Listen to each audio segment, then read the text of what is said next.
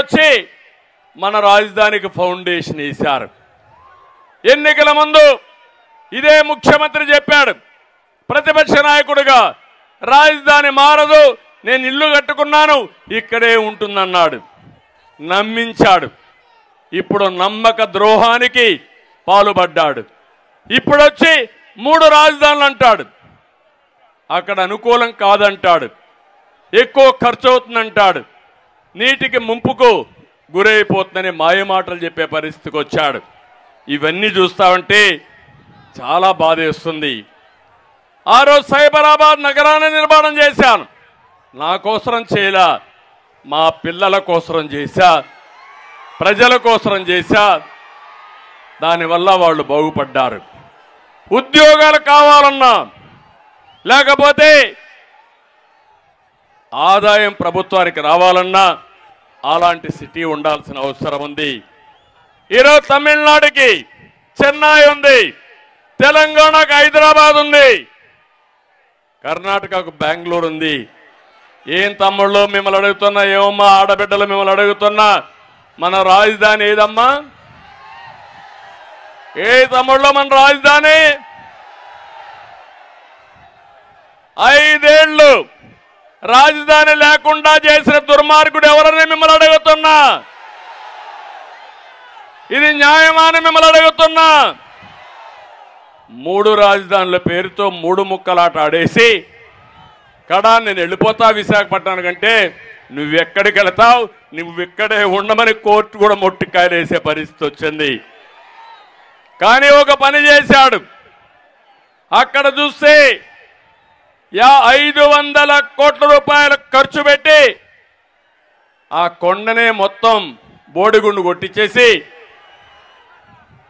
500 కోట్ల రూపాయలతో ప్యాలెస్ కట్టాడు. ప్రజాధనాన్ని ఏ విధంగా దుర్వినియోగం చేశాడో ఇది ఒక ఉదాహరణ మాత్రం. నేను అందుకే ఒకే మాట చెప్తున్నా, అయిపోయింది ఈయన పని. మళ్ళీ రాజధాని అమరావతిగానే ఉంటుంది. ఈ తిరువూరు మహాసభలో చెప్తున్నా, మన రాజధాని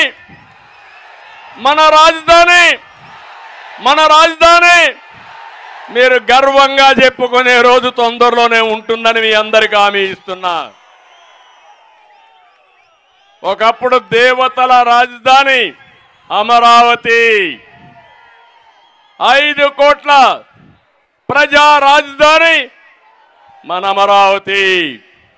అది జరుగుతుందని చెప్పి కూడా నేను మీకు తెలియజేస్తున్నా. ఇంకో పక్క యువత, మా తమ్ముళ్ళు, ఎక్కడ పోయినా మా తమ్ముళ్ళు, చాలా తమ్ముళ్ళు, మహిళలు కూడా, యువతకు సంబంధించిన అందరూ పెద్ద ఎత్తున వస్తున్నారు.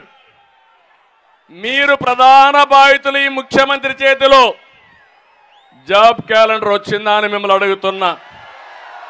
డిఎస్సీ పెట్టాడా అని మిమ్మల్ని అడుగుతున్నా. పెట్టే ఆలోచన ఉందా అని అడుగుతున్నా. పెట్టుబడులు వచ్చాయని మిమ్మల్ని అడుగుతున్నా. తమ్ముళ్ళు, నిరుద్యోగంలో దేశంలో ఎవరు టాప్ అంటే మనమే టాపు. మొన్నే అనౌన్స్ చేశారు, 24% 15 సంవత్సరాల పైబడిన వాళ్ళు నిరుద్యోగులుగా ఉండే ఏకైక రాష్ట్రం మందే. ఉద్యోగాలు రావాలంటే పెట్టుబడులు రావాలి. పెట్టుబడులు వస్తున్నాయని మిమ్మల్ని అడుగుతున్నా. కాదు, జగన్మోహన్ రెడ్డి మాఫియాని తెస్తున్నాడు. ఇక్కడే విజయవాడలో ఎస్సీఎల్ ఉంది, ఐటీ కంపెనీ. ఆయన మన రాష్ట్రానికి వస్తే నేను స్వయంగా ఆయన నా కారులో తీసుకుని ఎయిర్పోర్ట్కి వెళ్ళి ఆయనకి సెండ్ ఆఫ్ ఇచ్చాను. దాంతో ఆయన ఆలోచించాడు, ఈ రాష్ట్రంలో పెట్టుబడులు పెట్టాలని, కొన్ని వేల మందికి ఉద్యోగాలు వచ్చే విధంగా ఎస్సీఎల్ కంపెనీని తీసుకొచ్చాం. హైదరాబాద్లో మైక్రోసాఫ్ట్ వచ్చినా, లేకపోతే అనేక ఐటీ కంపెనీలు వచ్చినా దాని వెనకాల నా కృషి ఉంది. ఈరోజు ఆటో పైలట్లో అందరూ వచ్చి పెట్టుబడులు పెట్టే పరిస్థితికి వచ్చారు. ఇంకో పక్క మనం పెట్టుబడులు తెచ్చాం.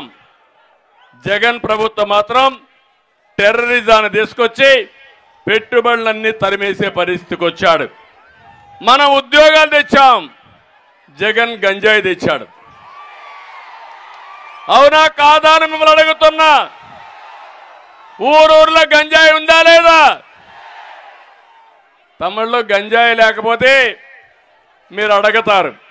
మీరు అడగకుండా ఉండాలంటే మీ అందరినీ గంజాయి మత్తులో పెట్టేస్తే మీరు ఏమైనా పర్వాలేదనుకుంటున్నాడు ఈ ముఖ్యమంత్రి.